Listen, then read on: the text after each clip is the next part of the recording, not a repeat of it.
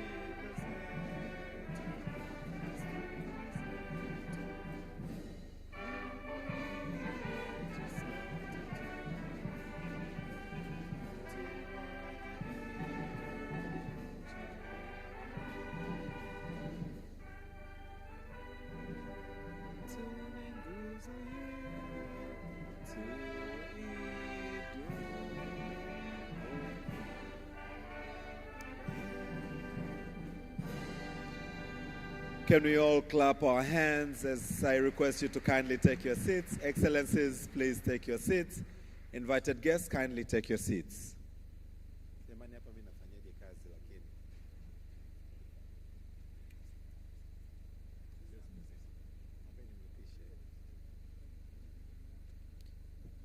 Excellencies, as we start this auspicious evening, allow me to invite for the opening prayers the religious leaders, to begin with the Sheikh, to be followed by the Bishop. Sheikh, karibu.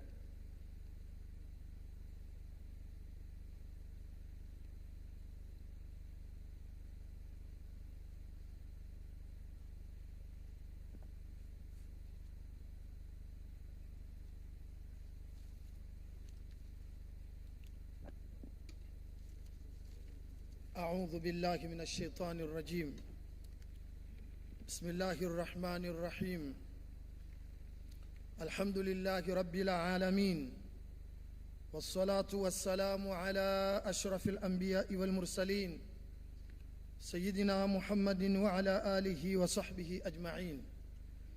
Ewe Allah mola wa haki usiye na mshirika, mwingi wa rehema, mwenye kurehemu, ni zako sifa njema na shukurani mpaka uridhie.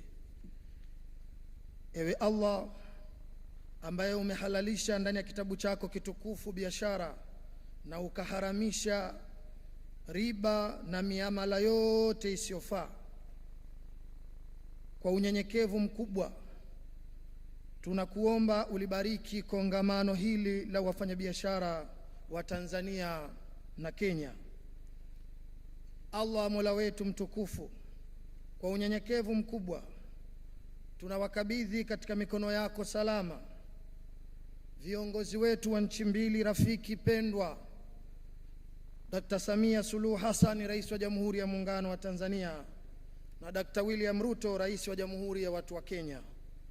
Wape ulinzi wako, walinde na maadui wa wazi na wakificho, wazidishie hikma na busara, waweze kuyaongoza mataifa yetu haya kwa mafanikio.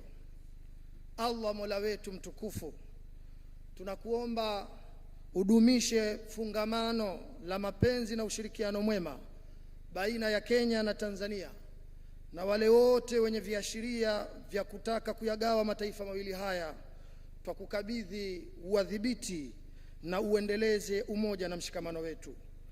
Allah mtukufu, tunakuomba amani ya nchi zetu Kenya na Tanzania na baraka katika maisha yetu yote.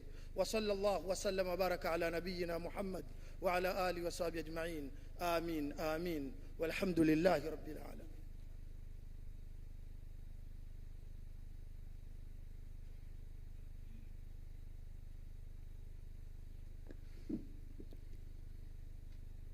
With profound gratitude and a great humility, niruhusu kusoma kamstari haka ka Zaburi sura ya 133 mstari wa kwanza. Tazama jinsi ilivyo vema na kupendeza ndugu wakae pamoja kwa umoja, na kama mafuta mazuri kichwani yashukayo ndevuni huko. Mheshimiwa Rais wetu, mama yetu Samia Suluhu Hassan, Rais wa Jamhuri ya Muungano wa Tanzania, Mheshimiwa Rais wa Kenya Samoei William Arap Ruto, na wageni wote waalikwa, mmefanya jambo zuri la kukumbukwa la kutunzwa katika nchi zetu mbili, kukaa pamoja kwa umoja na amani. Hiki ni kielelezo kwa nchi zetu kudumisha amani, umoja. Ebu Mungu awatunze katika hekima hizo, awatunze katika maamuzi hayo, na wale wanaowasaidia waige moyo wenu huo kuanzia katika mipaka yetu ya nchi zetu zote mbili. Mungu awatunze ninyi na watoto wenu, familia zenu, na serikali yetu yote na wasaidizi wetu wote, kwa jina la Baba, Mwana na Roho Mtakatifu. Amen.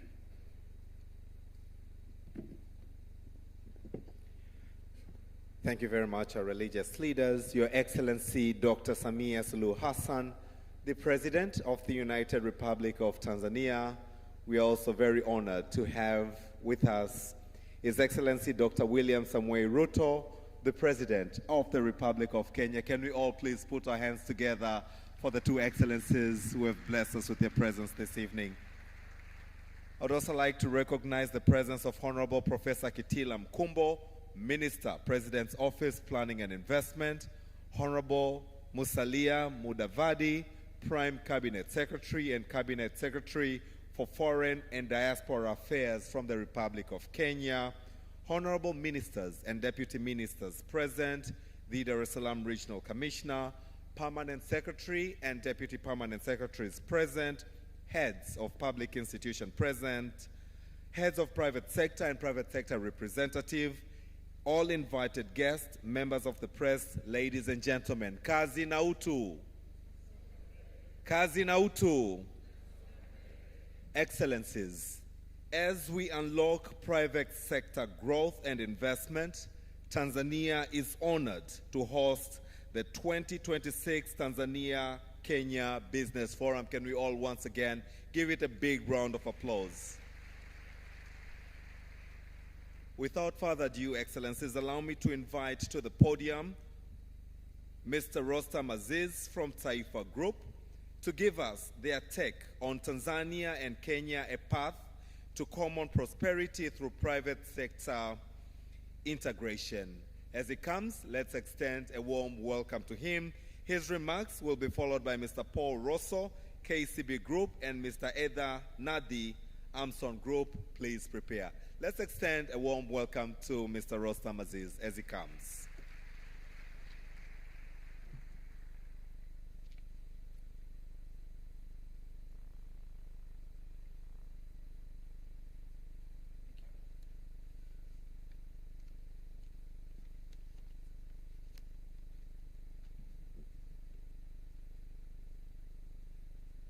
Mheshimiwa Samia Suluhu Hassan, Rais wa Jamhuri ya Muungano wa Tanzania, Mheshimiwa William Ruto, Rais wa Jamhuri ya Kenya, waheshimiwa viongozi wote wa nchi zetu hizi mbili mlioko hapa, waheshimiwa wafanyabiashara wenzangu, wageni waalikwa, mabibi na mabwana.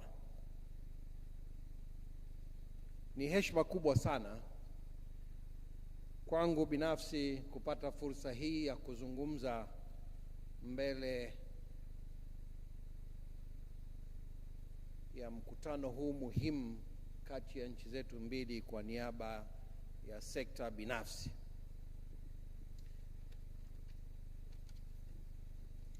Nianze kwa kuwaomba marais wetu wawili tusichukulie ziara hii kama ziara nyingine zilizowahi kufanyika. Muichukulie kama mwanzo wa kuandika historia mpya katika muktadha wa kujenga mfungamano wa kweli wa kiuchumi na kubadilisha mustakabali wa nchi zetu. Your Excellencies, ladies and gents, we are witnessing a seismic shift in geopolitics. Nations are realigning. The world is moving towards a multipolar order where economic interest defines partnerships. Katika muktadha huu mpya wa dunia, Tanzania na Kenya zina nafasi ya kipekee sana ya kimkakati. Tunapakana na masoko mengi ya kikanda, tuna bandari muhimu katika bahari ya Hindi na tupo kwenye njia kuu za biashara ya dunia. Kwa lugha rahisi, sisi ndio lango la biashara la bara letu la Afrika. Na nafasi hii ya kipekee inamaanisha jambo moja: hatuwezi kufanya kazi kwa kutengana. Nchi zetu zinahitajiana. We should treat each other as equals. Ndugu zangu wa Kenya, wakubali kwamba na sisi tumekuwa na leo tuko katika kimo kimoja.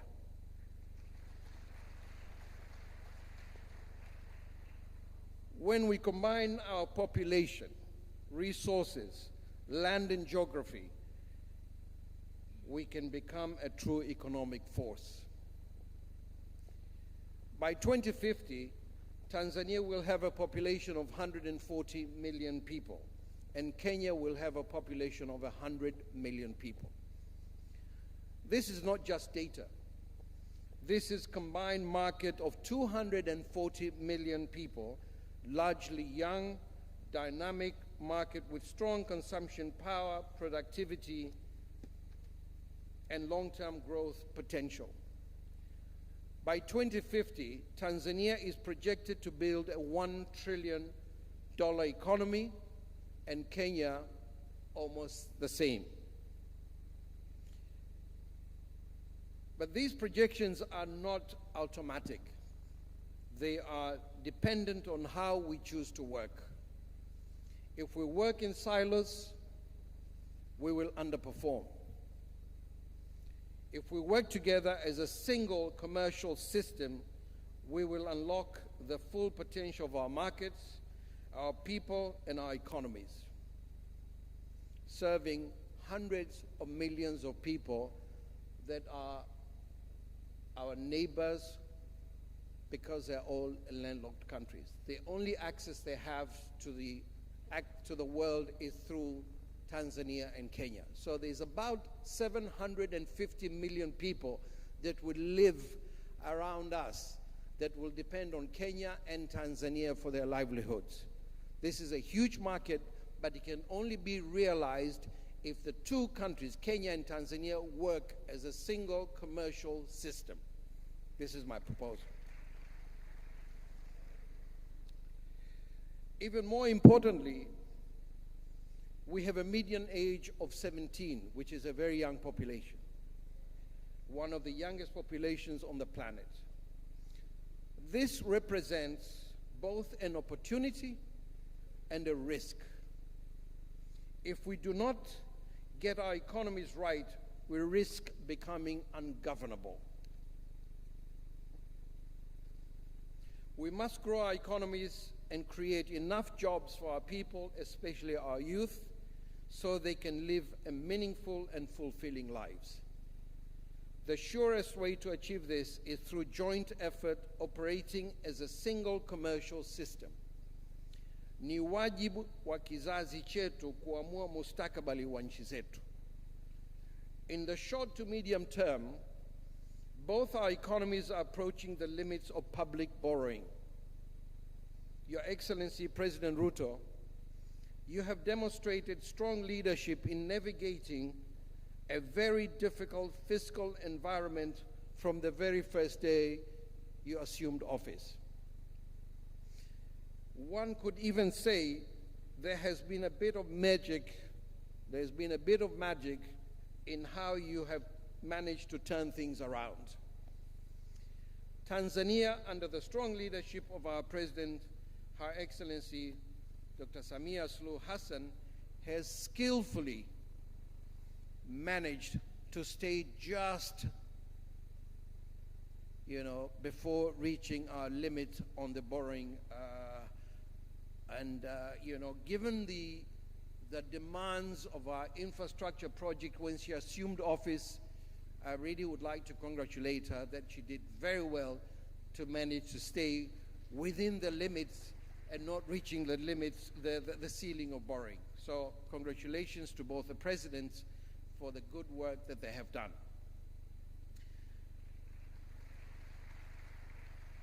The implication is clear. Governments alone cannot drive development. Private capital must now take the lead. Today, there's a significant capital available globally: pension funds, development finance institutions, commercial banks, hedge funds, and international investors. They are ready to invest. Capital does not follow a concept. It follows a well-prepared project where risk is understood and managed. Capital will come. Ultimately, what we need are bankable projects. Fortunately, we're not starting from scratch. We are already trading together, investing together, and integrating our markets through our people. Hivyo tunao msingi mzuri. Kinachohitajika sasa ni kuimarisha kwa kiwango kikubwa zaidi. Sasa tunapaswa kusonga mbele kutoka kwenye biashara ya kawaida kwenda kwenye biashara ya uwekezaji wa pamoja kupitia joint ventures and public-private partnerships. PPP isiwe sera tu, iwe ni utekelezaji. Excellencies, the role of government is critical to provide a predictable, transparent, and enabling environment that gives confidence to long-term capital. If we get this right, capital will come from domestic markets, the regions, and globally. Excellencies, beyond policy and systems, what we need is a shift in mindset. A shift in the mindset right from the high table to our people. We must recognize that we rise and fall together. We must celebrate each other's success and not compete against it. Ni muhimu pia tujenge utamaduni wa kuaminiana na kuheshimiana. Labda tuseme kwa uwazi zaidi. Watanzania tunatakiwa kuacha kuwaona Wakenya ni tishio kwa ajira zetu na uwekezaji wetu. Na Wakenya waache kufurahia matatizo yetu, majanga tunapopata na fujo zinapotokea nchini mwetu. Waache kufurahia.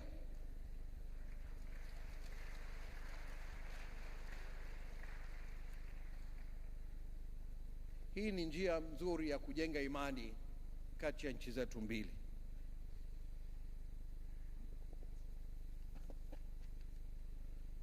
Our people are one, from language to culture, from heritage to history, and through families that live across our borders, we are already connected. This is not a partnership of convenience, this is a natural alignment. United, we are stronger. Tusimame bega kwa bega. This is how we build a single commercial system. Tunachohitaji ni kujenga mfumo mmoja wa kibiashara, yani single commercial system unaofanya kazi kwa kasi, kwa ufanisi na kwa kiwango kikubwa. This is a shared growth. This is where we move from theory to execution. Your Excellencies, mwisho kabisa, na waalika waheshimiwa marais wetu wawili kwenye ufunguzi wa terminal kubwa ya gesi huko Mombasa ndani ya miezi michache ijayo. Terminal hiyo ya Taifa Gas ndio kubwa zaidi barani Afrika, kutoka Cape Town mpaka Cairo. Tunazo terminals Dar es Salaam na tunamalizia terminal Zanzibar. Mradi wetu huu ni mfano ukiwa na terminal 3, Mombasa, Dar es Salaam na Zanzibar, ambazo zinahudumiana na pia zinahudumu nchi ambazo ni majirani. Nasema ni mfano kwa sababu gesi inapoisha Mombasa, gesi inatoka Dar es Salaam kwenda kujaza Mombasa. Gesi ikiisha Dar es Salaam inatoka Mombasa inakuja Dar es Salaam. Hali kadhalika Zanzibar ikiishiwa, gesi inatoka katika hii miji miwili. Ndio maana nasema single commercial system ambayo inafanya kazi. Na gesi terminal hizi 3 zinahudumia nchi zote ambazo ni landlocked. kuanzia Malawi kuja Zambia, Rwanda, Burundi, Congo, Somalia, South Sudan na kadhalika. Ndio nasema kwamba tufanye biashara kwa kuwa na system ambayo inaunganisha nchi zetu hizi mbili, ili watu waweze kufanya kazi kwa ufanisi zaidi, waweze kukuza uchumi wao, na hivyo ndivyo tunavyoweza kuleta maendeleo ya nchi zetu hizi. Ndugu waheshimiwa marais na ndugu zetu wote mlioko hapa, dunia inayokuja ni dunia ya ushindani mkubwa. Si dunia tena ya kupewa misaada, sio dunia tena ya kusema tunataka na sisi tupate haki yetu. Ni dunia ya kupambana ili upate haki yako. Tukiwa wawili kwa pamoja tutafanikiwa, lakini tukienda kila mtu na wake tutakuwa dhaifu na hatutofanikiwa. Nawashukuruni sana kwa kunisikiliza. Thank you very much, Mr. Rostam Aziz of Taifa Gas, for your testimony as we bring Tanzania and Kenya together, a path to common prosperity through private sector integration. Excellencies, allow me to invite to the podium Paul Russo from KCB Group. As he comes, let's give him a warm round of applause. Karibu sana.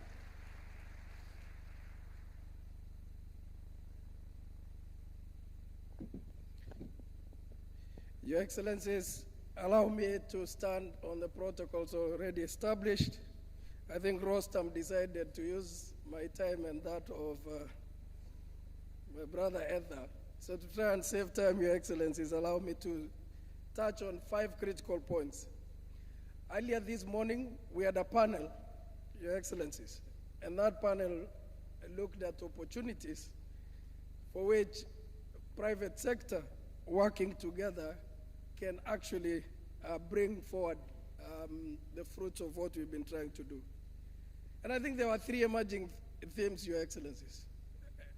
And overall, and I think that was the last that we picked, is we need momentum. We need to create impatience. We need execution. And hopefully the actions that we take, Your Excellency, and the points I'm going to raise will demonstrate that in the last 3 years, a lot has happened. And if we just add that momentum, Your Excellencies, we'll do a lot more. As KCB, operating in 7 markets, Your Excellencies, we remain catalyst to the conversations and discussions here. And I don't shy off. I am proud to say I'm speaking in between 2 of our customers. In the last 2.5 years, to demonstrate commitments, Your Excellencies, we've lent $520 million to 4 businesses operating in Tanzania and Kenya, originating from Tanzania, Your Excellency. And just to firm these up, Your Excellencies, $180 million for the acquisition of a cement company, $120 million, Your Excellencies, for fleet and cement company for a separate entity, another $100 million. If I say that, a few people might end up knowing who I'm talking about. And also, Your Excellency, in construction, $110 million facility for a construction company in Tanzania. If we can do that in 2 years for a regional bank, I am deeply committed that we can open up opportunities.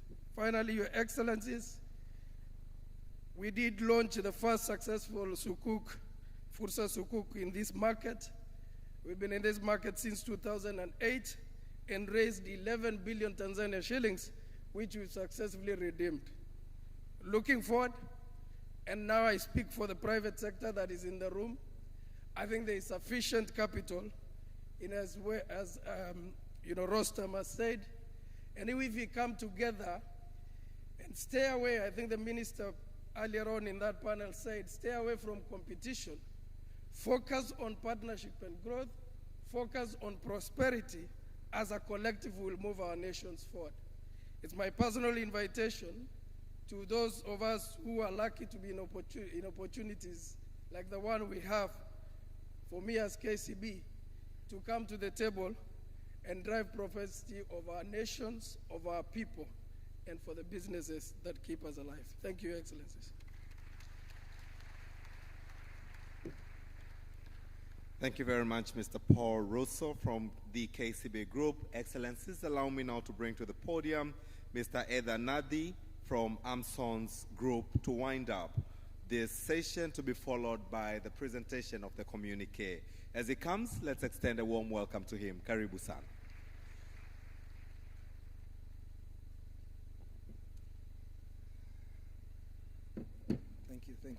Thank you very much. Your Excellency, Dr. Samia Suluhu Hassan, President of the Republic of Tanzania, Your Excellency, Dr. William Samoei Ruto, President, Republic of Kenya, distinguished guest partners, and fellow business leaders, good evening. Unfortunately, like my brother Russo said, Rostam took all of our time, so I've been asked to shorten up my speech, so I'll go straight to the point. It is a profound honor to stand before you today at this historic Tanzanian-Kenya Business Forum as Managing Director of Amson's Group. I'm here not just as a businessman, but as a firm believer in shared destiny of our two great nations.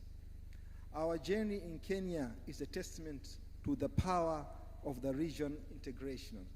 When Amson's Group made the strategic decision to invest heavily the cross-border, most notably through our $300 million acquisition of Bamburi Cement, East African Portland Cement, and our recent $250 million commitment to the clinker plant in Kwale, we were guided by a single conviction that the East African community is not just a political bloc, but a single, vibrant economic engine. Our experience in Kenya, I would like to share a bit of experience with fellow entrepreneurs. Our experience in Kenya, especially Tanzanians. Our experience in Kenya has been one of growth and warm reception. We have found a market that is hungry of infrastructure and a workforce that is exceptionally skilled. By acquiring a 69% stake in East African Portland Cement and taking the helm at Bamburi, we haven't just bought assets. We have embraced the responsibility and powering Kenya's Big Four and bottom-up economic agendas. We have seen firsthand that when Tanzanian capital meets Kenya industrial spirit, the result is transformative. This is not the first time that we have tried to enter Kenya. We have previously tried to enter Kenya in 2012 and 2017-18. Unfortunately, they were unsuccessful attempts. But on the third and most recent attempt in 2024, we were well planned and more strategic, which led to our success. I must commend the excellent and friendly policy environment set by His Excellency Dr. William Samoei Ruto. This has played a major role in our adaptation in the Kenyan business environment.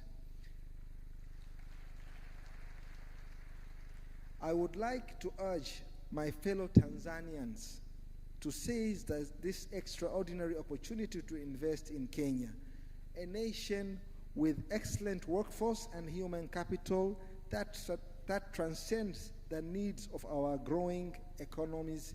And to the Kenyan entrepreneurs, Tanzania is the land of untapped opportunity that provide the right environmental of creating industrial hub of our great continent.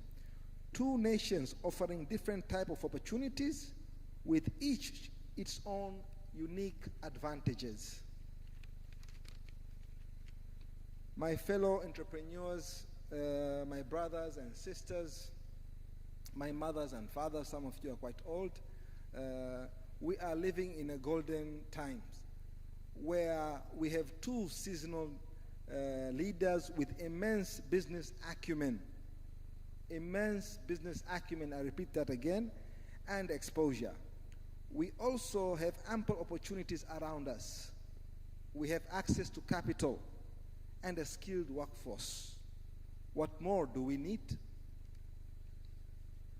Looking forward, Amson's group is committed to being a bridge. We see the future where a truck carrying a cement truck from Tanga to Nairobi, or a fuel truck from Mombasa to Dar es Salaam moves with the same ease as commuters in a single city. To our heads of state, your presence here today signals the political will and needed resolve the remaining barriers. We ask for continued predictability in the investment climate and the further streamlining of cross-border labor capital movement. At AMSONS, we are not just investing in cement or energy, we are investing in the spirit of the East African. We are here to stay, we are here to grow, and together we will build an East Africa that is industrial heart of the continent. Mungu aibariki Tanzania, Mungu aibariki Kenya, Mungu ibariki Afrika Mashariki, Mungu ibariki Afrika. Asanteni sana.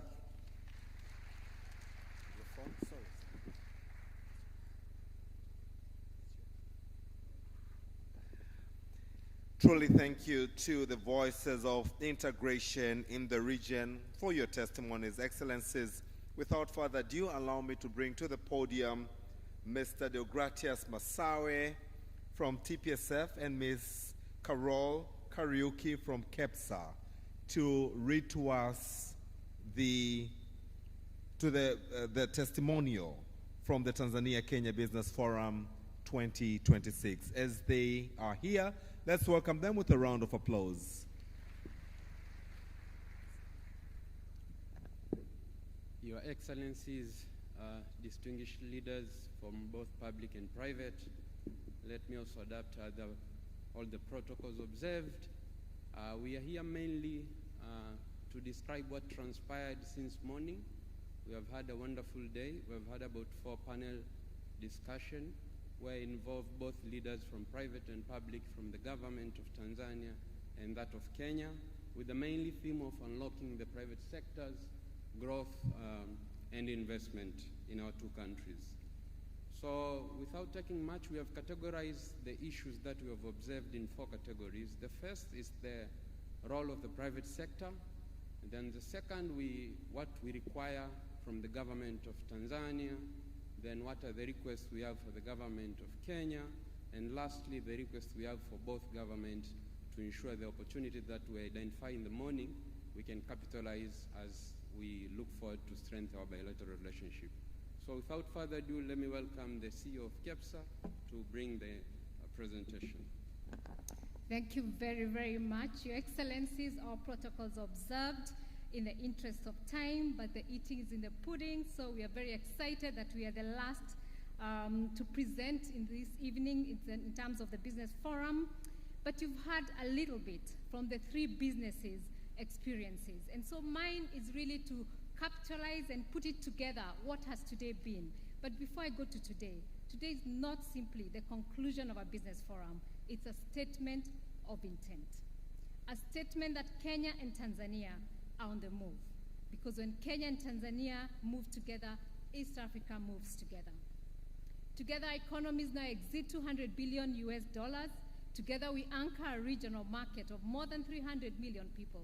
Together, we represent one of the most promising economic frontiers in the world.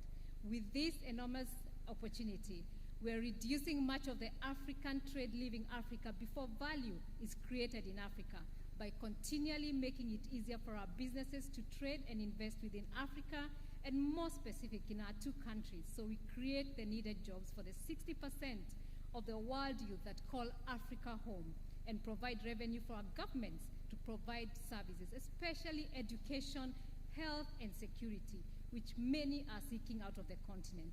Most of the rest can be done by the private sector, as you've heard. Over the last 5 years, since the last state visit to Kenya, where KEPSA and TPSF as the apex bodies of business in our respective countries, bringing together local and foreign associations and corporates, we presented the communique of the business forum then. We have seen undeniable progress. More than 500 Kenyan businesses have invested over $1.7 billion in Tanzania. Tanzania investors are making major unprecedented investments into Kenya's manufacturing, energy, logistics, petroleum, media, and capital markets, amounting to over $334.6 million and growing. Banks are expanding, manufacturers are scaling, investors are crossing borders with confidence. This is not theory, this is integration already happening in real time. And it proves an important point. The private sector no longer thinking country by country, it's thinking regionally. East Africa is becoming one market, one production base, one growth story. We commend both governments for the political will that has enabled this progress. When leadership intervened to resolve trade disputes, businesses responded immediately. Trade increased, investment accelerated, jobs were created. That lesson is clear. When governments move decisively, as we've heard, economies move rapidly, and we realize the ambitions of creating a common market, that a single EAC commercial system, as has been said, that guarantees East Africans the true freedoms of movements of goods, services, labor, and capital. Your Excellencies, the partnership between the private sector in both countries has also matured significantly. What began has evolved into coordinated action. We've seen faster resolution of trade disputes, stronger public-private engagement, and in Kenya, our presidential roundtables are the hallmark of the progress we've made from business as the engine of economic growth to private sector-led development. Improved coordination through the East African Business Council as the focal points of our EABC of our representative countries. Greater investment confidence, and importantly, efficiency gains at the Namanga one-stop border post. What remains? Today we constantly heard from the different panels all day that the barriers that remain are costing East Africa growth every single day. Non-tariff barriers continue to disrupt trade. Discriminatory taxes, fees, and levies continue to erode intra-EAC trade. Different standards and regulatory systems continue to increase the cost of doing business, especially affecting players in the agricultural sector, which is the region's economic backbone. Border delays, which continue to undermine competitiveness. Businesses continue to struggle with overlapping taxation, licensing, and custom procedures. These are not administrative issues, Your Excellencies.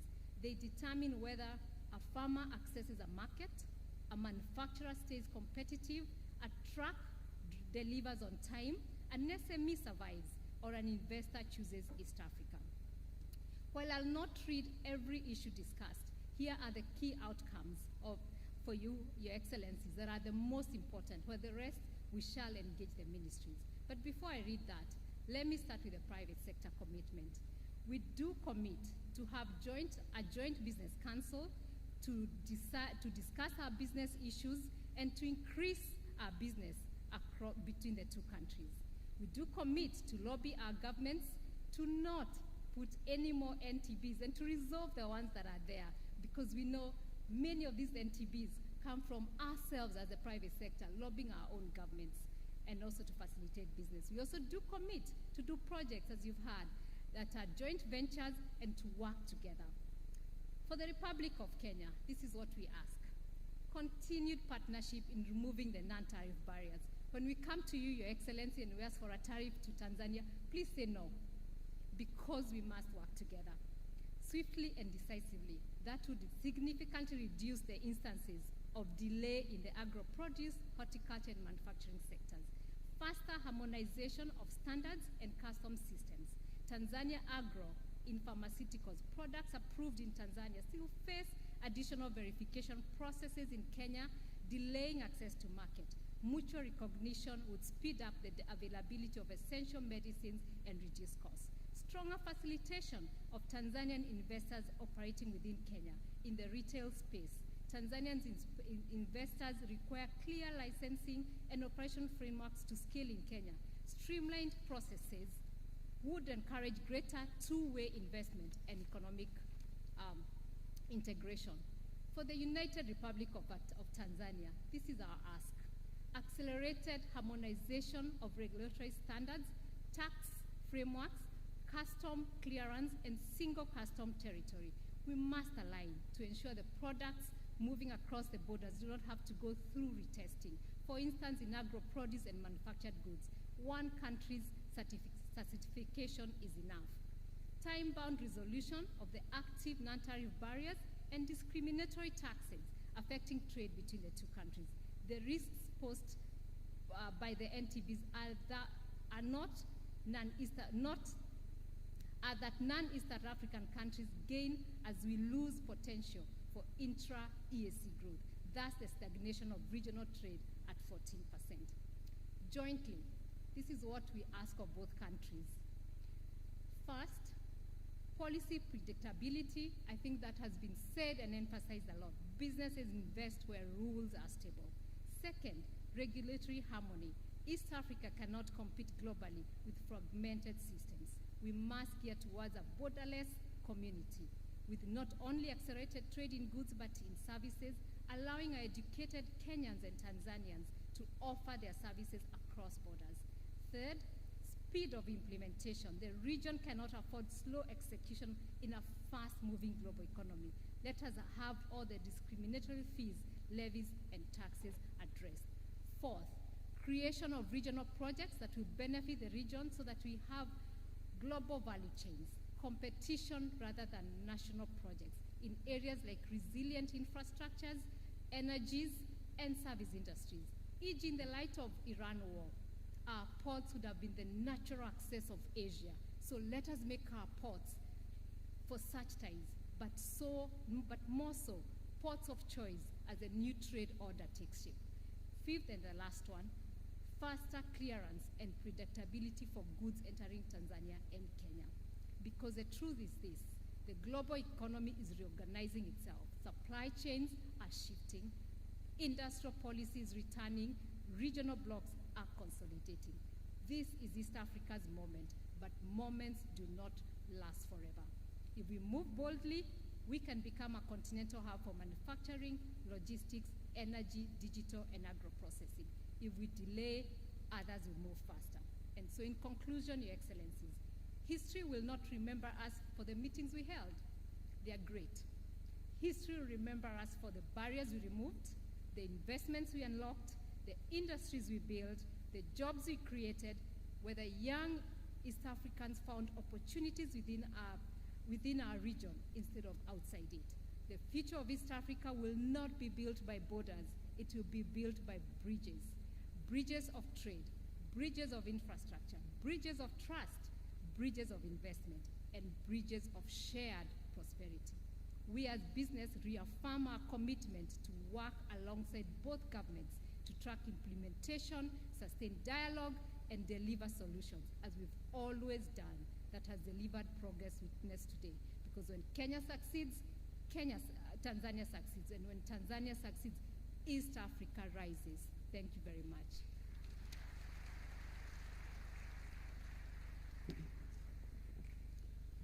Asante sana. Deogratias Masawe from TPSF and Ms. Carol Kariuki from KEPSA for reading or presenting the communique of what transpired for the past day.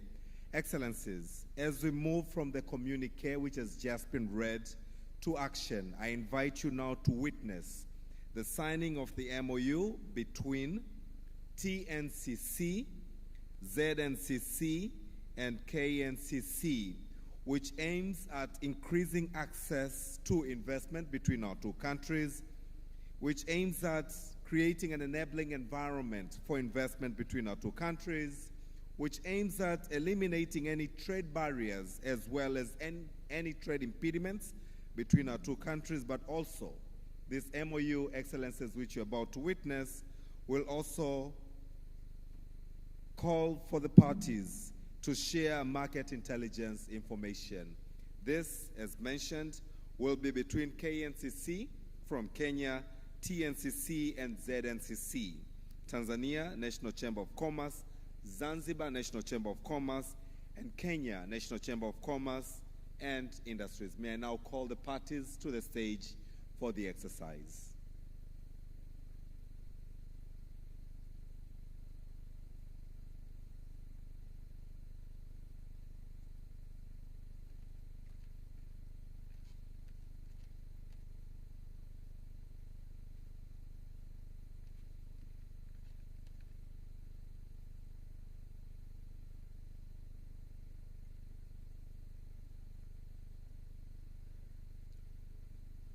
sasa tunashuhudia utiwaji wa saini kati ya Kenya na Tanzania wenye lengo la kuongeza uwekezaji kati ya nchi zetu mbili, kufanya biashara kwa uhakika kati ya nchi zetu mbili, lakini zaidi ni kuondoa vikwazo vya biashara, lakini pia kubadilishana taarifa za kimasoko na za intelijensia za uwekezaji kati ya Tanzania na Kenya.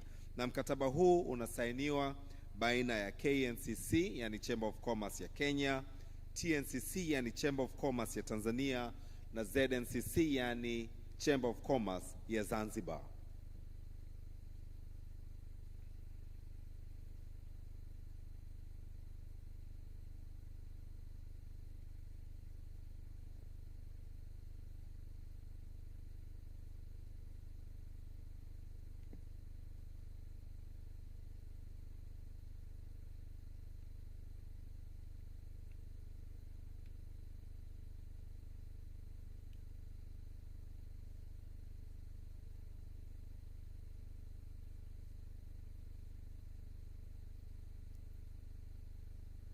Brassband.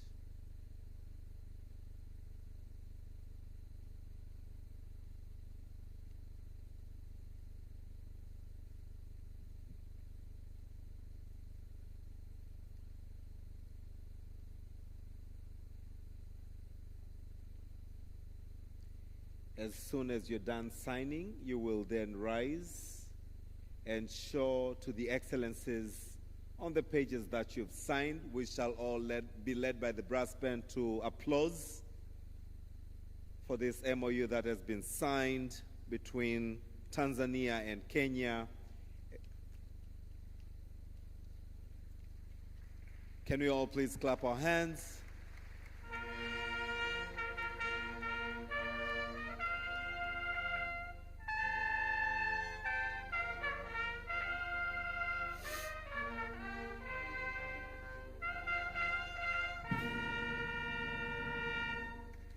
Now we shall witness as you exchange the MOUs. Let us once again give them a big round of applause.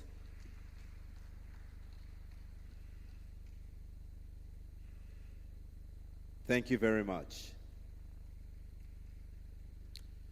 Excellencies, allow me now without further ado to invite Honorable Abubakar, Principal Secretary, State Department for Investment Promotion, Republic of Kenya, for his remarks.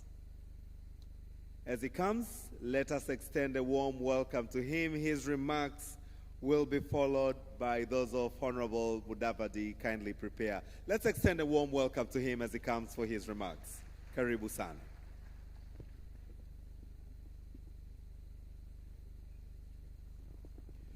Thank you, Excellencies. First, allow me to clarify that I am not Abubakar, but I'm the Minister, I'm the Cabinet Secretary for Investment, Trade and Industry, and Abubakar is our Principal Secretary, so I am holding brief on behalf of the Ministry. So, Your Excellency, Dr. William Samoei Ruto, President of the Republic of Kenya, Your Excellency Samia Suluhu Hassan, President of the United Republic of Tanzania, Cabinet Secretaries, our Attorney General who is here. I'm also joined by our colleague, the Minister for Energy, Ondai Opio, and thank you very much for coming. So any issues to do with energy, my minister is here. Business people and friends of Kenya and Tanzania. Allow me to start first by thanking you. We know this session was supposed to have ended around 5 or 6. But it is now heading to 9 o'clock and we are here. I take that as a determination and your commitment to make sure that our business indeed thrives. I will not say much, but just to confirm that before we came, we had written very many things. But because I have been part of the tour the whole day, I have gotten the impression that much of what we wanted to ask has been overtaken by time. And I want to take this particular time to thank our heads of state for the topmost commitment in assuring our business people that we can do business and we are ready to do it. One of the things that is obvious is that the business community knows what they want. Sometimes the policies have not been very well aligned. Sometimes they've taken longer than we wanted. But when I look at the resilience of business people, from my own hometown, we take onions from Tanzania, oranges from Tanzania, and they come every day. Our role as government is just to facilitate that to go on and to go well. Your Excellency, I just have two issues that I would want to just elaborate. The first one is free movement of goods and people. I want to note that Kenya, through our Excellency, we said that we have opened our borders to anybody coming from Africa. You need no visa. And I want to assure you that that declaration alone has improved business in Nairobi and in Kenya tremendously. When people are not sure whether they'll be allowed into our country, they cannot be able to invest freely. So I think one of the issues we'll really be looking upon is the free movement of goods and people. One of the issues that is worth noting is that the borders in Africa were set during the colonial times. The colonizers who set those borders, now back in Europe, have actually collapsed their borders. With one visa, you can move from Italy to Germany to Spain and all the other countries. Yet, in our continent, we still remain very emotionally attached to our borders. So there's no way we can be able to compete and work well to open our continent if we don't open our borders. So we want to really urge all our governments, and especially at the borders. 3 hours, 4 hours for cargo to cross from one country to the other is not allowable. So, Your Excellency, I'm sure these are some of the issues we've discussed, but we must say as business people, we want to be able to move our goods across the borders without having to worry. Your Excellency, in the area of tourism, you can imagine, again, if I may use a European example, you get a visa in one country and you can tour about 27 countries. Yet when you want to come to our countries, you need a visa from almost every other country before you can tour. It makes our tourism such a joke. Again, we can be able to come together and ensure that we are able to work and bring down all those barriers that have already been identified. For the companies that have already come to invest in Kenya, allow me first to thank you for the confidence you have shown. And one important thing is, if you talk of Bamburi, which we are very proud of, one of our oldest cement companies, we don't perceive it as a foreign company, even now. And even moving into the future, anything that will take for Bamburi Cement to be able to grow as government, we want to be on your side, because we believe when you grow, also Kenya grows. And likewise, may I request, we also have Kenyan companies that are here, whether it's KCB, whether it's Britam, whether it is Equity Bank. Whenever you see a company or a brand from East Africa, that is your brand, whether it is Kenya Airways or whichever other product, so that together we can be able to build. Our true enemy is not each other.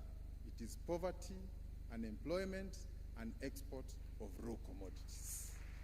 So that is where we need to put our efforts. And I really want to thank the two presidents, because when the world looks at our region, they don't see countries, they see East Africa.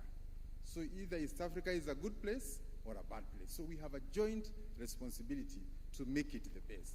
And that's why we support the joint programs that have already been suggested to ensure that we move together. I want to end there to thank all of you, and indeed to confirm that all the resolutions that have been made here will be brought to life. Thank you, and may God bless our two countries.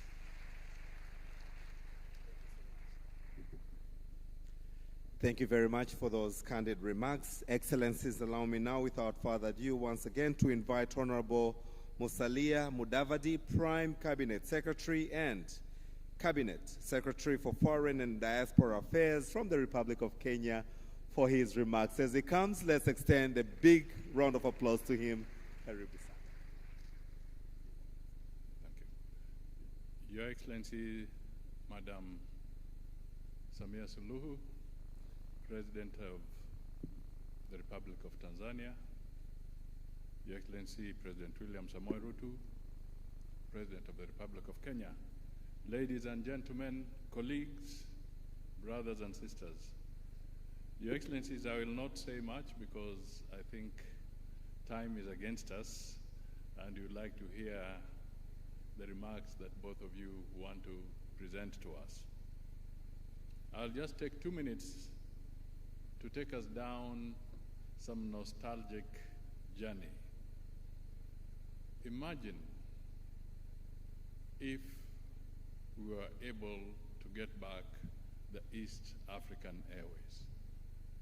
We would not need a BASA agreement because we would be one.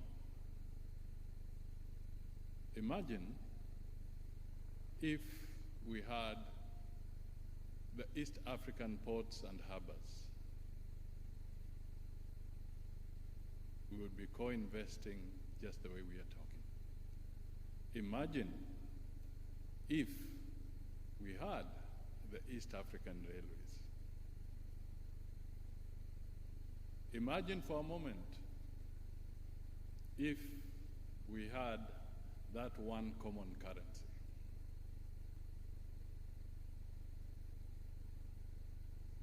The European Union has got 27 countries. They have the euro. We have 8 countries in the East African communities. We have 8 different currencies. Just imagine what it would be if we all went back down that memory lane, the way our businesses are driving us to think and work together. It would be a wonderful moment for all of us. That memory lane speaks volumes, and that is where we should go. Thank you for listening to me, and always remember, we were shown by our forefathers, Julius Nyerere, Jomo Kenyatta, Obote, and others. Let us just go down the memory lane. Thank you.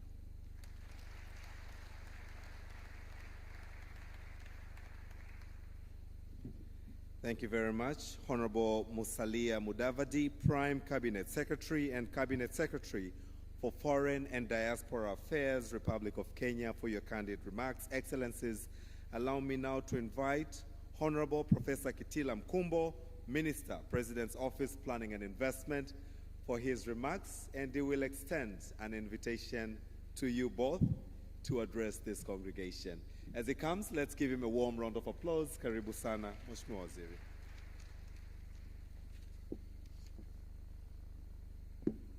Mheshimiwa Dr. Samia Suluhu Hassan, Rais wa Jamhuri ya Muungano wa Tanzania, Mheshimiwa Dr. William Samoei Ruto, Rais wa Jamhuri ya Kenya, waheshimiwa mawaziri, viongozi wa sekta binafsi, mabibi na mabwana.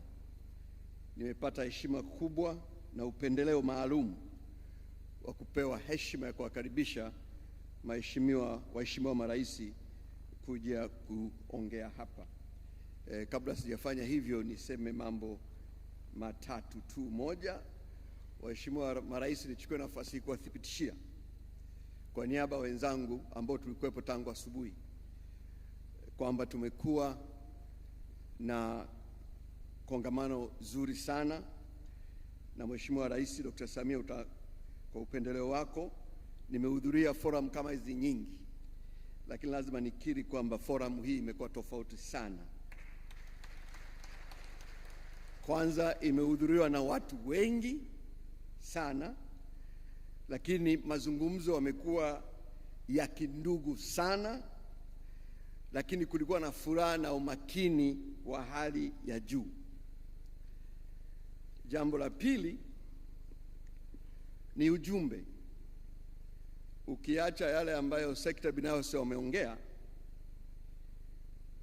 one of the very key message from the discussions in the morning is that in order to sustain the momentum which has really been generated from this forum, we have agreed, the two governments, on a structured framework for continued engagement one that will allow us to meet more regularly and beyond the occasion of state visits. Mheshimiwa Rais, tutakumbuka mara ya mwisho tulikuwa na forum kama hii kwenye ziara yako mwezi Mei, na kwa kweli kama kumbukumbu zangu hazijaniangusha, ilikuwa tarehe 5 Mei mwaka 2021, na mimi nilikuwa sehemu ya ujumbe wako. Sasa makubaliano hapa ni kwamba hatuwezi kusubiri mpaka state visit ndipo tufanye forum kama hizi. Tumekubaliana na wenzetu kutoka serikali ya Jamhuri ya Kenya, lazima tuwe na utaratibu mzuri wa kufanya haya. Na role yetu kubwa kama serikali is facilitating business environment. We shall also serve as conveners of our businesses and to catalyze the actions of what has been agreed in these forum deliberations.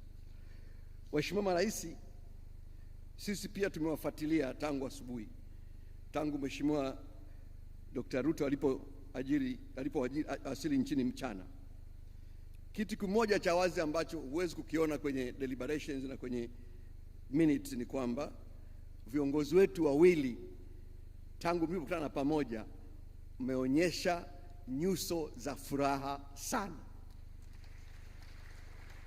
Na ukweli ni kwamba nyie viongozi wetu mkiwa na furaha, Kenya na Tanzania zinafurahi. Kwa hivyo siku ya leo imekuwa siku ya furaha sana kwa Kenya na Tanzania na wananchi wake, na tuombe Mungu tuendelee namna hiyo katika kuishi kwetu. Na kwa kweli nyie wawili ndio vinara wa kuwezesha mazingira ya biashara katika nchi zetu.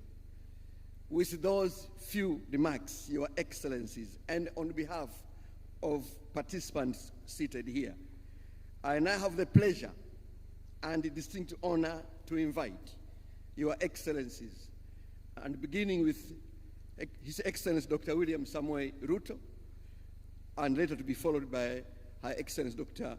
Samia Suluhu Hassan, to speak and address this congregation. Mheshimiwa Rais Dr. Ruto, karibu sana.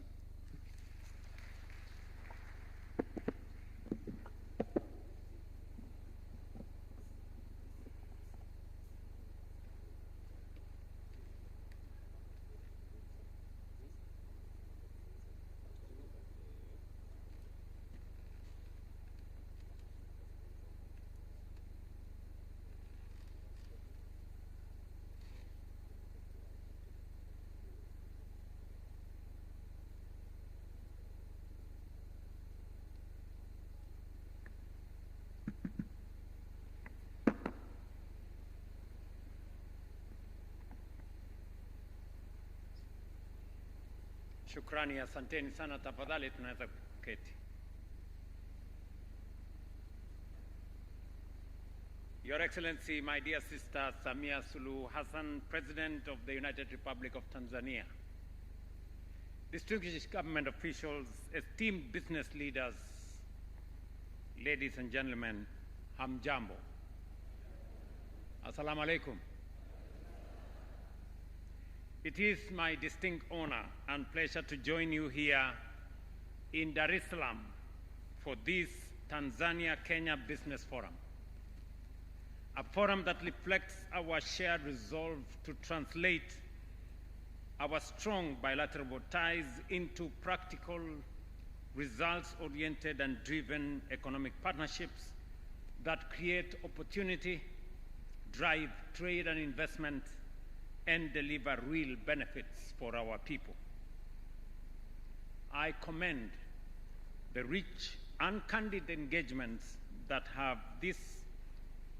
this forum has had since morning, as we have been ably informed. Your deliberations have not only identified concrete opportunities to deliver deeper collaboration, but have also clearly highlighted the practical constraints that must be addressed decisively and conclusively. Your Excellency, the Kenya-Tanzania partnership is anchored in deep historical ties and a shared vision for prosperity. Today, that partnership is evolving into a dynamic economic relationship driven by strong trade, investment, and strong people-to-people connection. Within the framework of the East African community, we are demonstrating that regional integration is not merely an aspiration, it is achievable. According to the latest quarterly statistics bulletin by the East African Community Secretariat, total East Africa trade increased significantly from $124 billion in 2024 to $156 billion in 2025, representing a 25% growth. Intra-EAC trade grew even faster by 28%, rising from $15.1 billion to $19.3 billion over the same period, though it still accounts for only 12% of the region's total trade. Our bilateral trade remains strong and steadily growing, reaching 860 million shillings in 2025, a slight reduction from $950 million in 2024, with near balanced flows on both sides. These numbers reflect deepening complementarities and expanding value chains between our two economies. Let me expound on this. We lost a bit of trade, close to $100 million between 2024 and 2025 because of non-tariff barriers. And I am very happy that in this meeting, business people from across the divide are speaking from the same script. Listening to Paul Russo, listening to Heather of Amazons, listening to my good friend from Taifa Gas, my good friend Aziz, they are speaking a common language, a language of East Africa.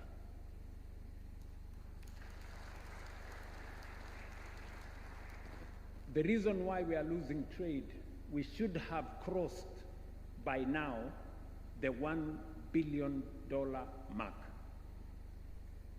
But instead of making progress, we are making progress in the opposite direction.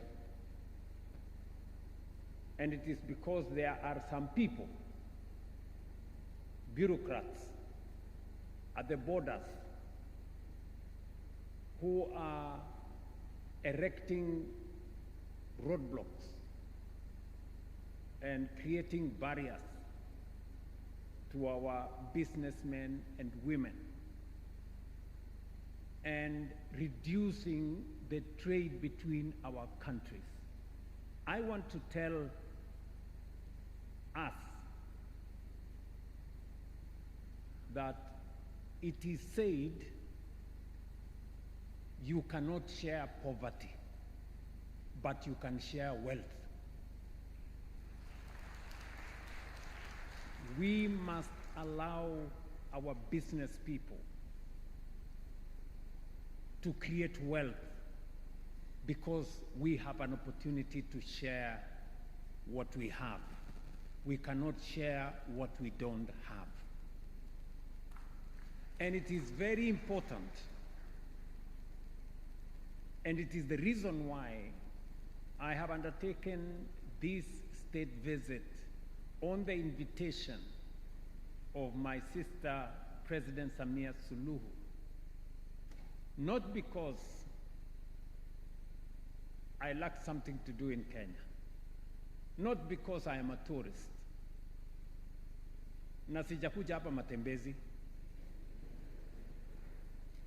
I have come here because we have serious business between our two countries and we share a common destiny. And I like the statements that have been made here. We want to recalibrate our relationship. We want to re-engineer our engagement because, as has been said here, Kenyans are not enemies of Tanzanians, and Tanzanians are not enemies of Kenyans. Our enemy is poverty, unemployment, and lack of development.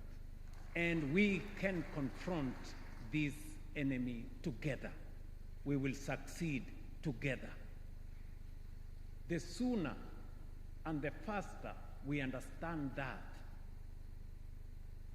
the better for all of us, and the sooner we find the solution. Look at what has happened in just 2 years. We have investors taking up opportunity in Kenya to the tune of $300 million in just 2 years. And they are not just taking up opportunity in Kenya, they are using government, Kenyan financial institutions to acquire those businesses. That is how collaboration works.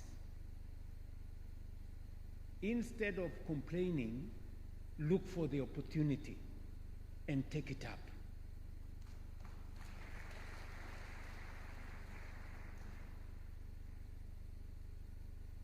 Let me give you an example. When Amsons decided to buy shares and take over Bamburi Cement, some business people in Kenya came to complain to me, why are you allowing these Tanzanians to buy Bamburi Cement? This is our blue chip company. And I asked them, you didn't complain when Bamburi was owned by the French. How does it become a problem if it is owned by a neighbor in Tanzania? So are you telling me it was okay for the company to be owned by a French company and you have a problem if it is owned by a Tanzanian national, an East African, a neighbor? This is the kind of mentality we want to kill. We want to make sure that what is Tanzanian is Kenyan, and what is Kenyan is Tanzanian. Ninyi mnanielewa?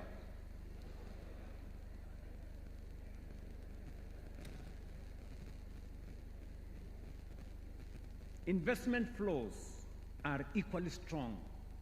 Kenyan investments in Tanzania now exceed $1.7 billion, spanning financial services, manufacturing, telecommunication, and retail, while also positioning Kenya as a dependable source of industrial input for Tanzania. Tanzanian investments in Kenya, now over $330 million, are on the rise, particularly in tourism, manufacturing, energy, and agriculture. Together, these investments are driving job creation, facilitating skills transfer, and strengthening industrial capacity in both countries. Beyond trade and capital, our people remain the backbone of this partnership.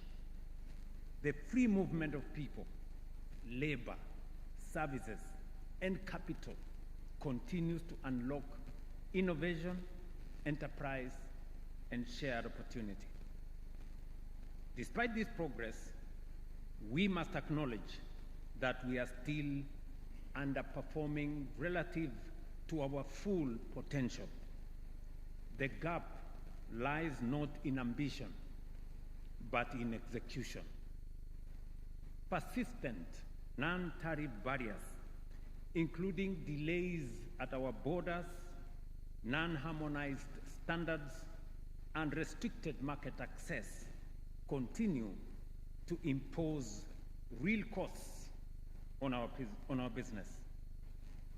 And I am very happy that today my sister President Samia Suluhu and I have agreed and given instructions and goodwill from the highest levels of government to our officials that all the remaining non-tariff barriers, and we have counted them, they are about 20, they should be worked out and agreed before the end of this month of May.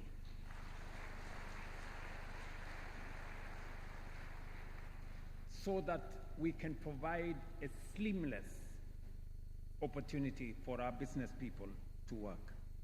Looking ahead, there is urgent need to enhance the building blocks of an efficient business ecosystem through infrastructure and connectivity, which are pivotal in unlocking our shared competitiveness across all sectors. Efficient transport networks, modernized ports, and robust digital systems will continue to be more consequential than ever before in lowering trade costs and amplifying regional value chains and potential.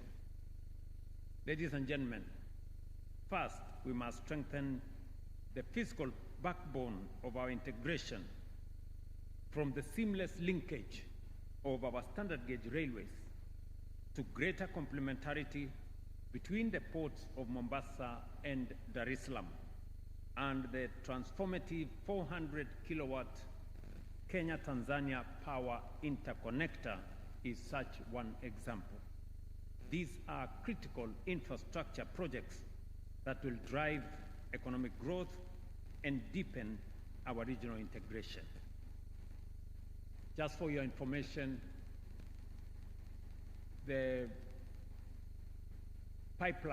gas pipeline between Tanzania and the port of Mombasa, we signed off today for a feasibility to be undertaken and the necessary construction to be done so that we can connect the gas fields that you have here in Tanzania to Mombasa for us to get gas from this country and use it in Kenya to power our development. So I am sure Taifa Gas, Lake Gas, and all the other investors from Tanzania in our gas ecosystem, we have now sanctioned our two ministers to proceed with the necessary details for us to get that into action. The power interconnector alone, spanning over 500 kilometers, has synchronized our electricity grids and unlocked opportunities for expanded regional power trade. Reliable and affordable energy is the fuel that drives industrialization, and this project speaks to what coordinated regional action can achieve. Second, we must build a seamless financial and digital ecosystem. Our banks are already regional champions. Our mobile money platforms are global benchmarks.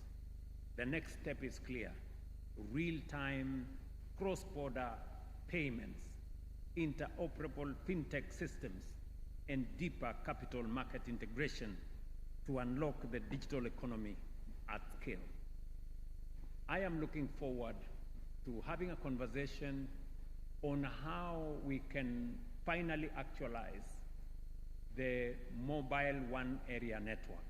As you know, phone calls today from Kenya to Uganda and Rwanda are considered local telephone calls. There is still a problem. We still consider a phone call to Tanzania that it is a foreign call. Foreign to where? You know?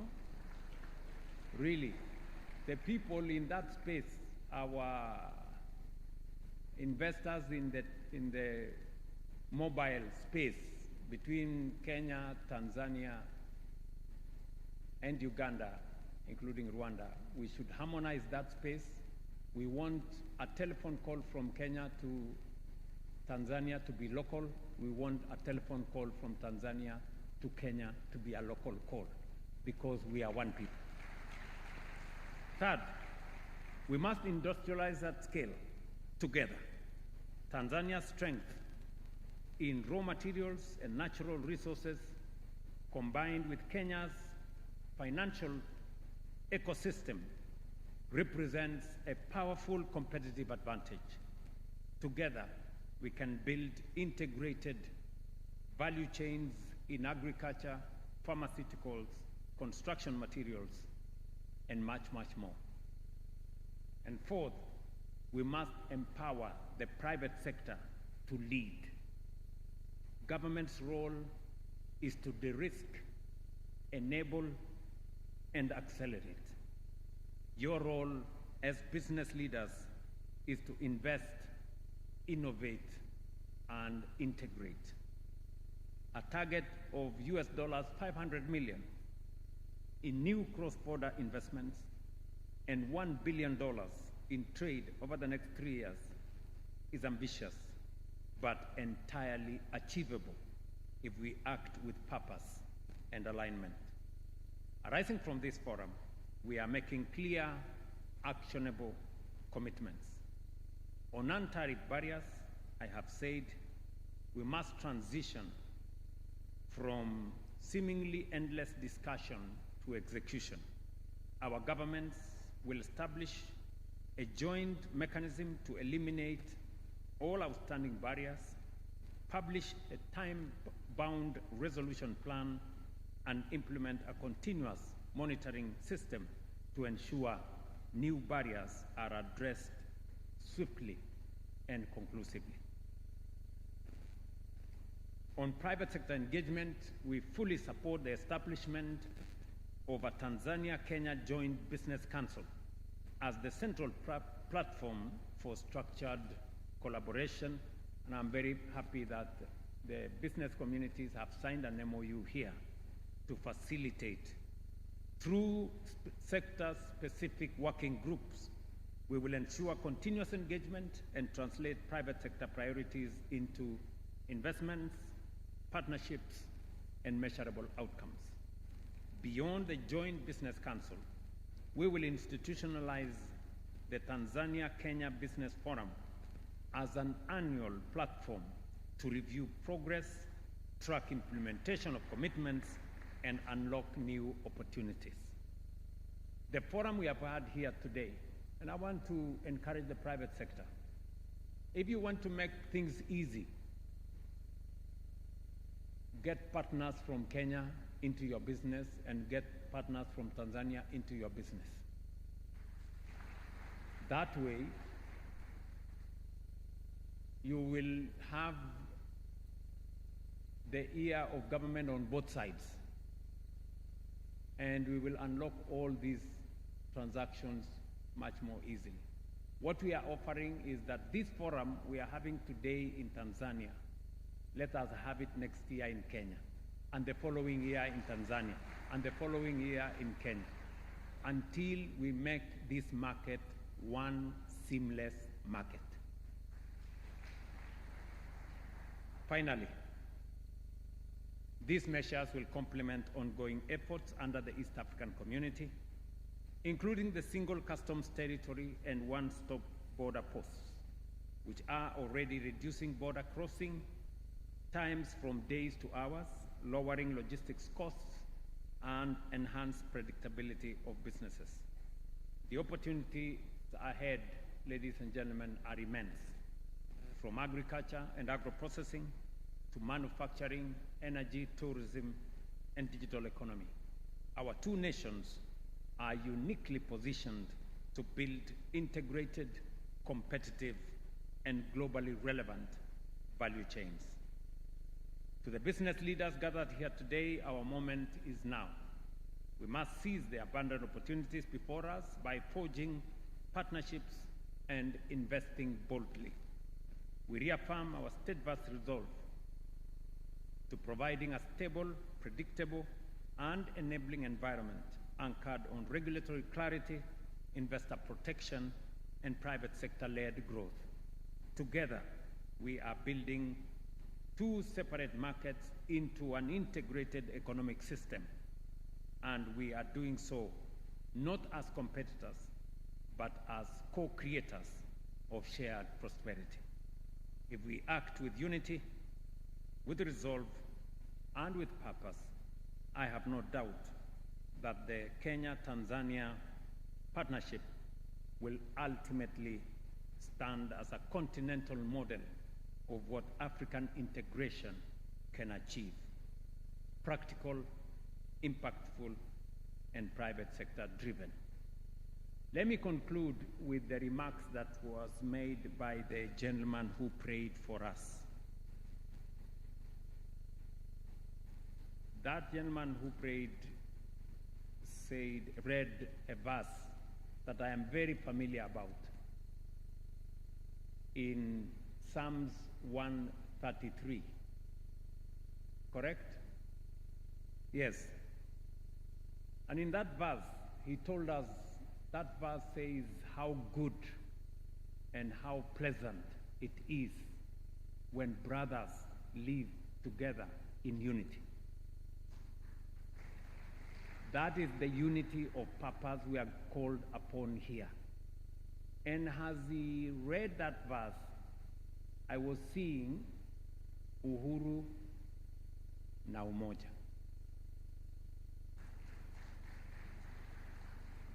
We got uhuru, but what happened to umoja?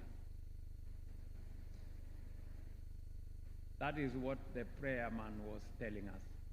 Unity. And I want to add that if he had continued reading that verse, in verse 3, it says, where there is unity, God commands a blessing. So that is the future. Thank you very much. God bless you, and see you soon in Nairobi. Asanteni sana.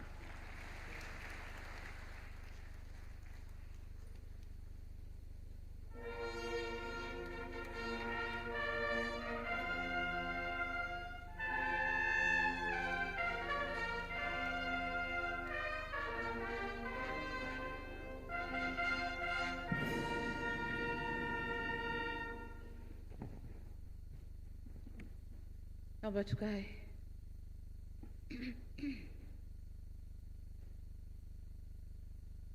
Mheshimiwa Rais William Samoei Ruto, Rais wa Kenya, kaka yangu, sisi wa Afrika, mwanamume hata akiwa mdogo ni kaka. Kwa hiyo kaka yangu, kinitambua uwepo wa Mheshimiwa Musalia Mudavadi, Prime Cabinet Secretary and Cabinet Secretary for Foreign and Diaspora Affairs in Kenya, Mahmoud Thabit, Mheshimiwa Balozi, Waziri wa Mambo ya Nje na Ushirikiano wa Afrika Mashariki, Mheshimiwa Waziri Kitila Mkumbo, Waziri wa Mipango na Uwekezaji kwenye ofisi yangu hapa Tanzania, na mawaziri wote na cabinet secretaries mlokuweko hapa kutoka Tanzania na Kenya. Lakini pia nitambue uwepo wa excellencies, captains of industry, entrepreneurs and distinguished guests. Lakini na wanahabari pia, ladies and gentlemen, good evening. Na heshima kubwa kusimama mbele yenu baada ya wote waliosema. Na nadhani hii ni fursa yangu ya kufunga kongamano hili au mkutano huu wa wafanyabiashara wa Tanzania na Kenya. Nakumbuka kama ilivyosemwa hapa kwamba tukio kama hili lifanyika miaka 5 iliyopita wakati nimefanya maiden state visit pale Kenya, few days baada ya kuwa rais wa Tanzania. Kwa hiyo kama walivyosema wengine, kuna haja sasa ya kwenda kila mwaka na makongamano ya aina hii. Ndugu zangu, kauli mbiu au the theme of this forum inasema unlocking private sector growth and investment, ambayo inakwenda vizuri na makusudi ya serikali zetu mbili au matakwa ya serikali zetu mbili ya kutumia nafasi au fursa zinazopatikana kwa private sector. Kwa sisi Tanzania tunajua sana umuhimu wa sekta binafsi au private sector, na ndio maana katika dira yetu Tanzania National Vision, Development Vision 2025-2050, tumesema implementation is going to be 22% by the government, 70% by the private sector, and only 8% by public enterprises. Kwa hiyo private sector is a main actor wakati tunatekeleza dira yetu ya 2050. So mkutano wa aina hii ni muhimu sana sana kwetu ku unlock opportunities ambazo tutafanya kazi pamoja na private sector, whether ya Tanzania, ya Kenya, ya East Africa, ya kokote duniani, lakini dira yetu itekelezeke hivyo, 70% kwa private sector. Wanasema kwa Kiingereza au niweze kuelezea uhusiano wetu wa Kenya na Tanzania, na mimi nasema Kenya na Tanzania we are joined at the hip, au pengine mguu mzima. And imagine a couple joined at the hip. Mkitaka kwenda mbio, mmoja anakwenda mbio, mmoja anazorota, mtaanguka. Mmoja akisema akae, mwingine hataki, atakaa kwa lazima, anataka au hataki. Vovote vile anavyofanya mmoja mmoja akiwa hataki, haitafanikiwa. Sasa sisi Tanzania na Kenya tumeunganishwa at the hip au kwenye mguu, lazima twende pamoja, lazima twende pamoja. Hatuwezi kugawanywa. Tunagawanywa kwa mentality zetu, kwa fikra zetu, tunavyoangaliana, kwa choyo chetu, selfishness, lakini in reality na kwa maumbile ya Mungu sisi ni wamoja. Kwa hiyo hatuna budi kwenda hivyo tukiwa wamoja. Wakati nimetembelea Kenya mwaka 2021 nilizungumza pale bungeni kwamba sisi wa Tanzania na wa Kenya ni wamoja, na hata wanyama wetu wanajua hilo. Nikawapa mfano wa wildebeests kule Serengeti na Masai Mara. Wale wanyama they are traveling with no borders. Hawagongi pasipoti, hawalipi fees kwenye vikwazo, hawana chochote. Wanaingia Kenya, wanarudi Tanzania. Na nzuri zaidi, wale wanyama anabeba uhai au ujauzito kwenye nchi moja, anakwenda kujifungua kwenye nchi nyingine kwa zile season zao. Sasa nikawauliza wabunge wa Kenya, mtoto wa wildebeest ana uraia gani? Uraia wa Kenya au wa Tanzania? Sababu ujauzito umebebwa huku lakini kazaliwa huku, ana uraia upi? Na you never know, inawezekana baba na mama si wote wa Tanzania, kule wakikutana kule kwenye heating system, inawezekana dume la Kenya ndio limepanda Tanzania. Sasa watoto wana uraia gani? Na hivyo ndivyo wa Kenya na Watanzania tulivyo. Hatuna budi. Sisi ni watu wa ardhi moja, lakini ni watu wa destiny moja. Lakini yanayotokea haya ni kwa sababu ya selfishness, utandawazi, kusikiliza sana nje, mambo ya teknolojia, sijui mambo ya globalization, yanatugawagawa hapo katikati. Lakini ukienda kwa undani, leo tulikuwa tunafanya introduction kwenye mazungumzo yetu ya serikali, na katika introduction wakawa introduce magavana wawili wa provinces, wote wa Masai nadhani wale, lakini it happened wale pale. Lakini wale nilikutana nao kwenye msiba wa marehemu Mheshimiwa Lowassa, and they were crying sawa sawa na Wamasai wa Tanzania, na wanasema tumeondokewa na ndugu yetu. Sasa sema wameondokewa na ndugu yao, wao wametoka Kenya, Lowassa Mtanzania, lakini walikuwa wanalia kama Wamasai wengine pale kwenye msiba. Kwa hiyo watu ni wale wale. Ukienda Mara kule, wale watu ni wale wale. Kwa hiyo hata hapa tu coast, ukivuka Tanga kuingia Mombasa, watu ni samahani, naomba maji. Watu ni wale wale.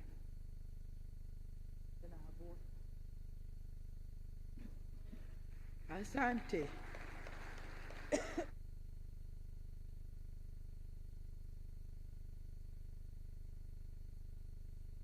Begi pole pole. Kwa nasema watu wa Tanzania na Kenya ni wale wale. Hata jamaa zangu wa Kipemba Mbarawa yuko hapa. Kuna waziri anaitwa Mbarawa hapa, lakini Wabarawa ni wa Kenya na hawa ni Wapemba walio originate Kenya kule. Kwa watu ni wale wale. Hatuna haja ya kugawana, hatuna haja ya kushangilia maovu yanayotokea upande mmoja na upande wa pili wakashangilia. Sisi yanapotokea maovu Kenya ni maovu yetu, tushirikiane kuyaondoa. Yanapotokea maovu Tanzania vivyo hivyo. Leo tulikuwa tunazungumza na Rais Ruto asubuhi, sijui asubuhi mchana, maana amechelewa naye amekuja mchana. Tukaa tunazungumza jinsi ya kudeal na hawa watoto wetu watovu wa adabu wanaojiita nani hilo jina hao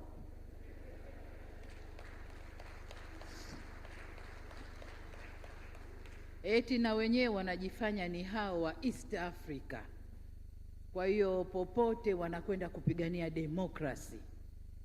Kwa hiyo wafanye fujo huku, wafanye fujo huku, wachome huku, wachome huku, wadisturb serikali zao. Nikamwambia Ruto, we have to send firm on this watovu wa adabu hao. Tusichague wa Tanzania au wa Kenya. Wakija kwangu na chapa mikwaju, wakija kwako chapa mikwaju, ili wakae sawa.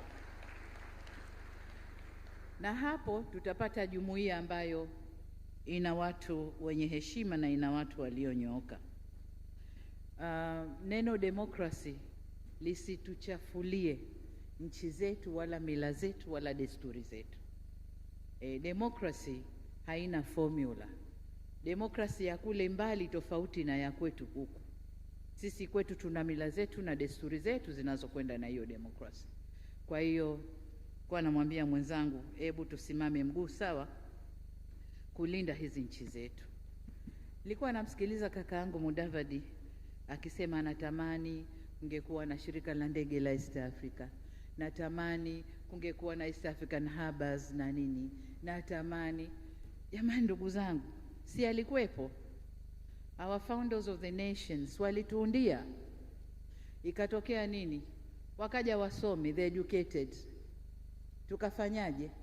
tukatafuta majustification na kila sababu tukavunja, si kweli? Lakini baadaye tukaona we were wrong, tukajiunda tena, and now this is a time of the learned. Akina sisi wale walikuwa educated, sisi learned, we learned from the past experiences, si ndio? Kwa hiyo sasa the learned lazima tuhakikishe East Africa inasimama, na inasimama tunavyotaka sisi na sio wanavyotaka wale. Tunavyotaka sisi na sio wanavyotaka wale. Tuna mengi ya kufanya, na kufanya East African community ni community kubwa ya kiuchumi, inayojielewa, inayoweza kusimama yenyewe. Tuna mengi ya kufanya. Ndugu wangu Ruto amecite some few example hapa, lakini tuna mengi ya kufanya ambayo yanaweza akatufikisha pahali pazuri na East Africa ikawa ndio community au jumuiya ya kutegemewa na inayoheshimika duniani.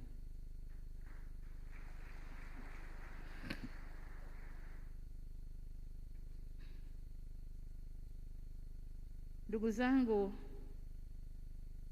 nimepangwa nizungumze mwisho ili nifunge mjadala huu. Yote yanayohusu mkutano wetu leo, kukuza biashara, kuondoa vikwazo, kukuza chumi zetu, GDP na mengineyo, yameshaelezwa na yameelezwa kwa takwimu, na takwimu au statistics hazisemi uongo. Hali halisi wote tumeiona.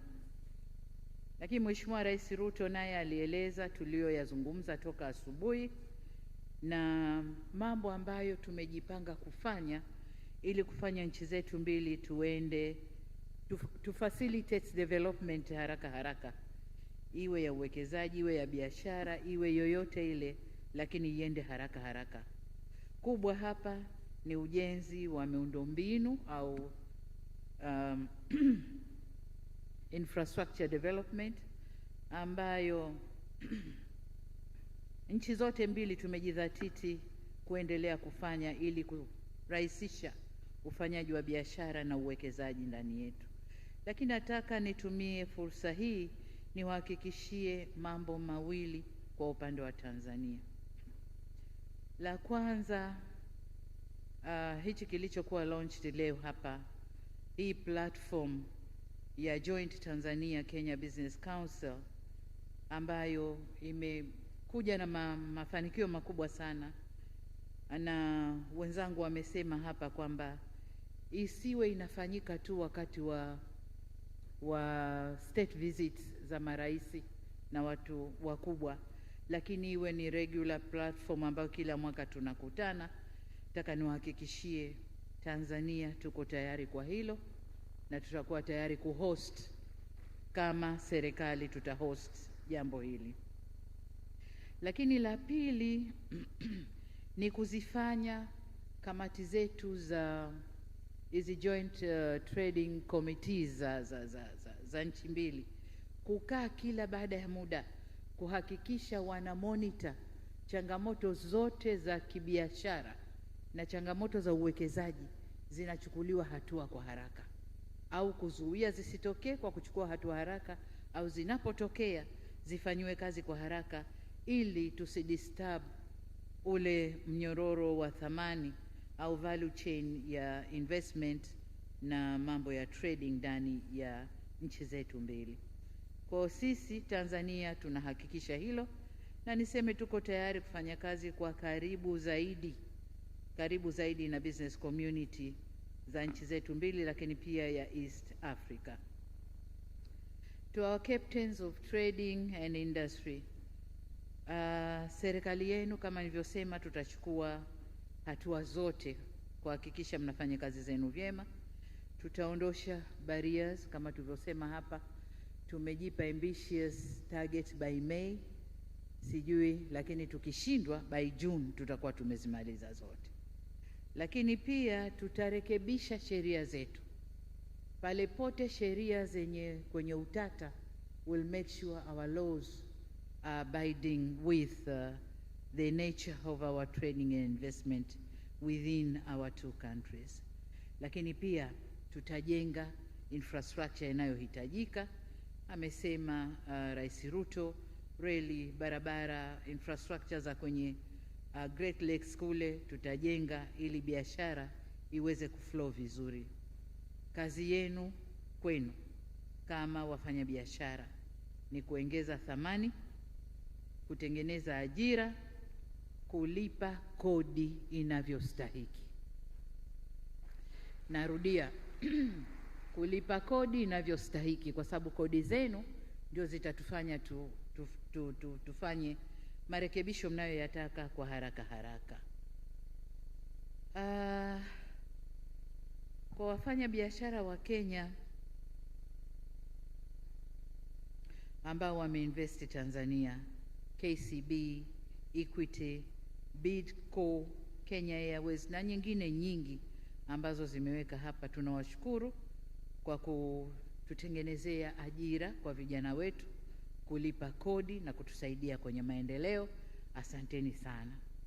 Na kwa Watanzania, kampuni za Tanzania ambazo zimekwenda kuwekeza Kenya, the Amsons Group with Landmark Bamburi Cement Acquisition, Taifa Gas, Kakango, Rostam, Bahresa, Mohammed Enterprises, Azam and others, mmebeba bendera ya Tanzania kule. Naomba muinyanyue juu. Muinyanyue juu bendera ya Tanzania na msiende kufanya chochote kile kinyume na sheria za kule, ili tufanye biashara, tufanye kazi kwa vizuri zaidi. Ndugu zangu, kesho Rais Ruto atakwenda kulihutubia bunge la Tanzania na wanamsubiri kwa hamu. Lakini nimhakikishie tu kwamba atakaporejea nyumbani hatorudi tu na documents ambazo tumezungumza hapa na tuka exchange mikataba, makubaliano na nini, lakini atarudi na commitment, my government and my people's commitment to work together with our sisters and brothers in Kenya. Our doors are open. My own phone is open and you know it. Sometimes ukinikosa unasema, dada chukua simu. Sasa nitajitahidi nikikuta message, dada chukua simu, nitachukua simu. Ruto wajua Kiswahili. Ukiniambia dada chukua simu, niichukue ilipo, nishike mkononi hivi.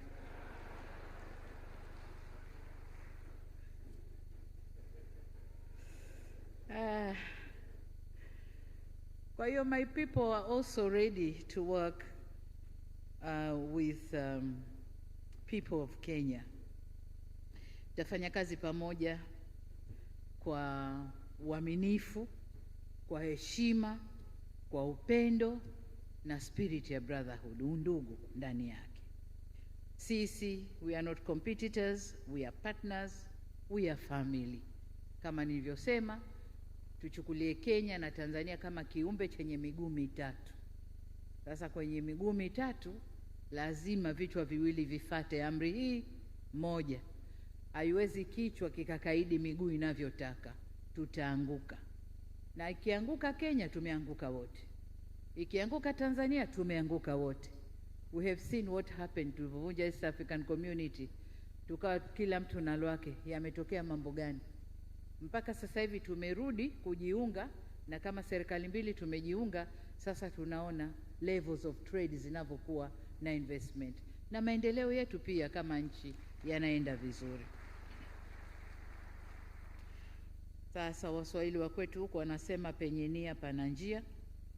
Or where there is a will, there is a way. And we have the will. Now we must carve out the way. The MOUs have been signed. Na ni matumaini yetu kwamba we'll stop rhetorics and start acting. Start implementing what we have agreed. Hayo ndio matumaini yetu. Niseme tena, to our Kenyan brothers and sisters, we are joined at the hip let us work together. Hakuna njia ya kugawana, let us work together. Baada ya kusema hayo, sasa nifanye kazi niliyotakiwa kufanya, nayo ni kutamka rasmi kwamba Tanzania Kenya Business and Investment Forum 2026 now officially closed. We are waiting for the one in 2027. Kenya Tanzania Business Forum. Oh yeah. Thank you very much. Asanteni sana. Wish you all the best. Asanteni sana.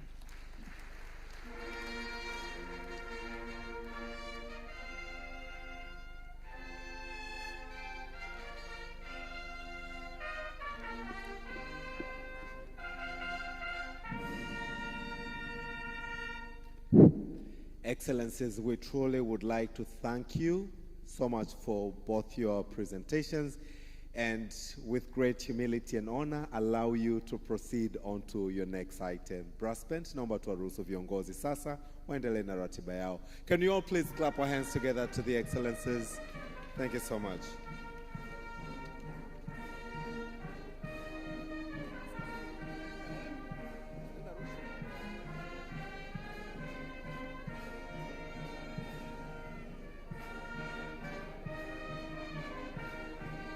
Can we all please remain back for an important announcement? So outside at the main tent where we had lunch, there is food and drinks courtesy of Serengeti Breweries for all of us. You are all welcome. Come one, come all. Enjoy the rest of the evening. Thank you all.